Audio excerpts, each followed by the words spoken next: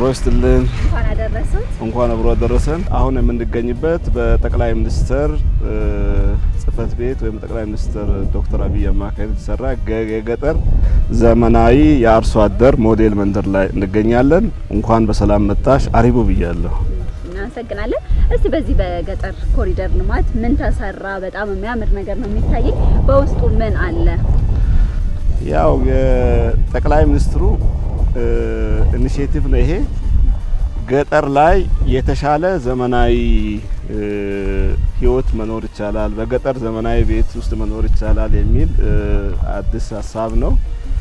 አርሶ አደሩ በሀገሪቱ ኢኮኖሚ ውስጥ ከሚያደርገው አስተዋጽኦ አንጻር ደሳሳ መንደር ውስጥ ደሳሳ ጎጆ ውስጥ ሳይሆን በተሻሻለ ከተማን በሚመስል እንትን ውስጥ መኖር ይቻላል ተብሎ እንደ ወረዳችን በሞዴል ደረጃ የተሰራ የገጠር ሞዴል የአርሶ አደር መንደር ነው። ቀበሌ ወራበሻማ ይባላል። እዚህ መንደር ውስጥ በመጀመሪያው ፌዝ ውስጥ በሰሩ 5 ቤቶች አሉት።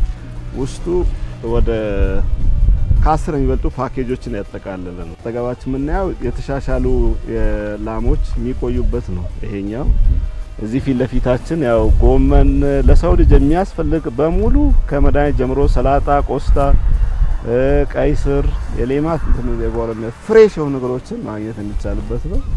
ወደዛም ስንሄድ የምናያቸው እዚህ ዙሪያ የምታያቸው እነዚህ ለእንስሳት የሚሆኑ የዚሆኔ ሳር ናቸው። የዶሮ እንትኖች አሉ። ቤቱ 24 ሰዓት አገልግሎት በሶላር አማካኝነት ያገኛል። እዚህ ፊት ለፊታችን የንብ እንትኖች አሉ። ባዮጋዝ አለው ኃይል አገኙ። ለምሳሌ ገጠር ላይ አንዱ ትልቁ ችግር እናቶች በጪስ ምናምን እንትን ነው። ይሄን ማስቀረት ይችላል። እዚህ ጋር ባዮጋዝ አለን። ከዚህ ኃይል ያገኛሉ። ውስጥ ላይ ምግባቸውን ማምሰል የሚችሉበት አማራጭ አለ። ከዚህ የሚተርፈው ደግሞ ኮምፖስት አለው። ከዚህ ከባዮጋዝ ተረፈርት ወጥቶ እዚህ አካባቢ ላይ እንትና ኮምፖስት ነው።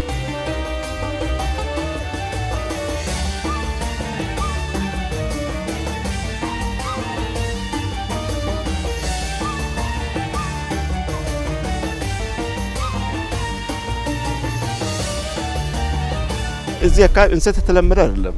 ከዚህ በፊት ማለት ኮሪደሩ ከመምጣቱ በፊት ደጋ አካባቢ ያለ እንትን ነው። እዚህ አካባቢ ኮሪደሩ ከመጣ በኋላ ነው እንሰት አለ። እዚህ ውስጥ እንደገና ቡና አለ። ባለፈው ሽምብራ ተነስቷል፣ ባቄላ ተነስቶበታል። አንዱ ትልቁ እንትን በትንሽ ቦታ ውስጥ ሁሉ ነገር የተሟላ ፓኬጅ ማረጋገጥ እንደሚቻል የተማረበት ነው።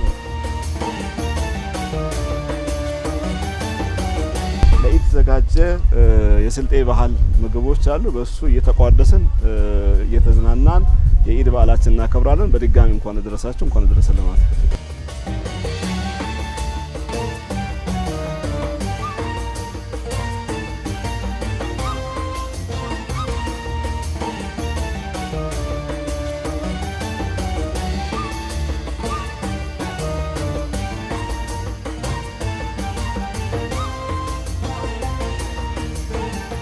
እንደሚታወቀው በእስልምና ያሉ 2 ኢዶች ናቸው። የመጀመሪያው ያው ይሄ ኢድ አልፍጥር ነው። ከዛ ቀጥሎ ያለው ኢድ አድሃ ነው። ኢድ አልፍጥር የተባለበት ያው ሰዎች ጾማቸውን ሲጨርሱ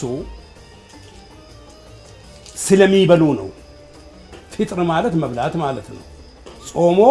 ጾማቸውን ሲፈቱና ሲበሉ የሚደረገው ኢድ አልፍጥር ይባላል። በኢድ አልፍጥር ስልጤ ውስጥ በጣም በደማቅ ከሚከበሩ በዓላት ውስጥ ነው። ለበዓሉም የተለያዩ አይነት ባህላዊ ምግቦች ይዘጋጃሉ። ከነዛ ውስጥ ፊት ለፊታችን የሚገኘው ቡላ በአይቤ ቡላው የሚገኘው ከእንሰት ነው። ከዛ አይቤ አለ፣ ቅቤ አለ።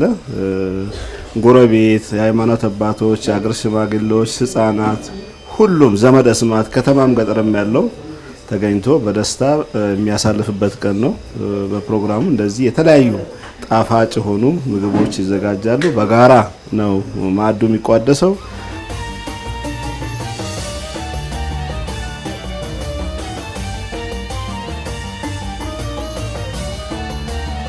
የተለየ ምክንያት አለው ይህ ምግብ የሚዘጋጅበት?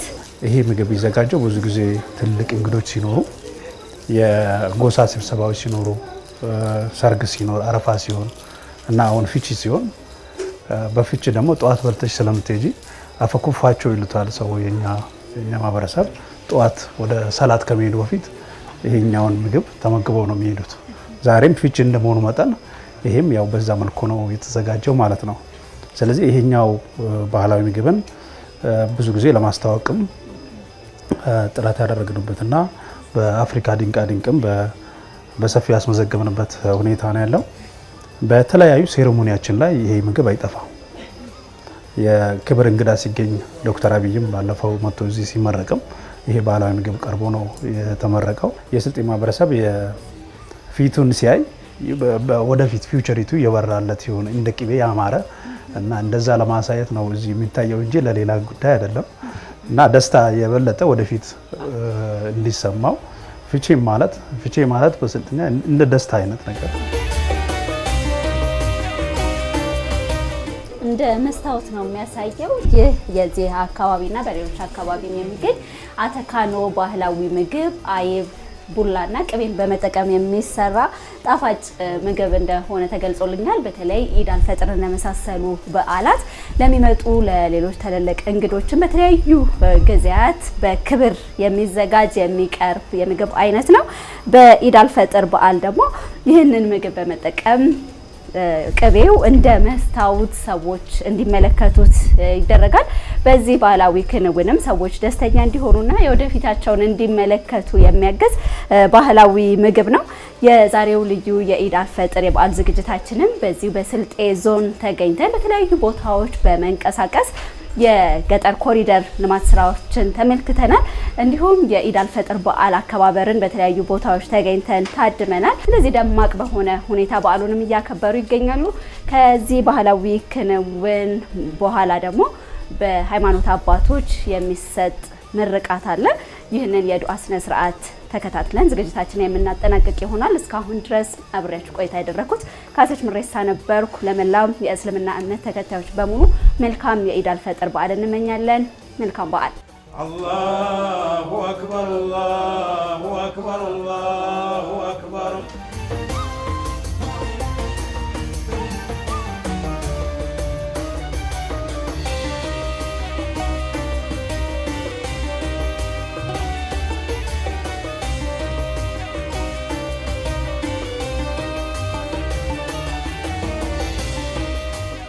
عيد مبارك عيد مبارك عيد